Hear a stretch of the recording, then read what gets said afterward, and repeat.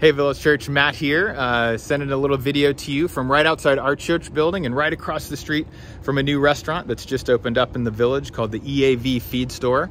They're open for business, and I want to encourage you to shop local, check them out, see what you think, and support our neighborhood. For these last few videos and these last few sermons, we're focusing on who is Jesus. We're walking through these latter chapters of the Gospel of Matthew, and this is Matthew's desire for us. He's painting a picture of us through these last four stories that show us this is who the Lord is, and by implication, as his church, this is how we are to be in the world. Last week, we looked at how Jesus healed two blind men as the very last sort of public and expressed miracle in the Gospel of Matthew. This week, we're coming to his actual triumphal entry. Or we might put that in quotation marks, his triumphal entry, because Matthew really wants us to see a paradox in Jesus, a paradox that runs throughout the Bible and throughout Jesus' ministry.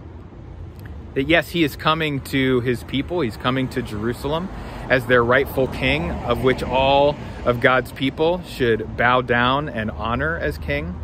But he's also coming intentionally riding on a donkey, not a war horse, not being led in a royal train or parade, but he's coming on a pack animal, an animal of labor and service, because this is who Jesus is. Yes, he's the king, but he's a humble king, and he's come not to be served, but to serve and to give his life as a ransom for many. And so this week we're going to spend some time meditating on and thinking deeply about the paradox of Jesus, the paradox that is inherent in Jesus, in his ministry, and in God himself.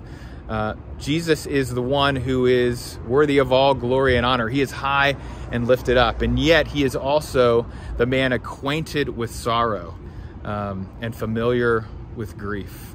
He was willing to come and give his life as a ransom for many. So what are the implications of those things for us? The way we relate to Jesus, the way we relate to ourselves, and how we relate to the world. The things that the world is often intoxicated by and drawn to, Jesus had really little time for. He cared most about actually serving and loving people where they are, not caught up in celebrity, pomp, and circumstance, and power and influence. Jesus really had no time for that. And so what does that mean for us as we go about our day-to-day lives? There's a lot there to consider. So come, join us for worship this Sunday. Read this passage this week ahead of time. Spend some time meditating on it. Matthew chapter 20, verses 1 through 11. And spend some time talking to God, wrestling through paradoxes that you see in Jesus and in his ministry and in your own life. Well, love you, and we'll see you this Sunday.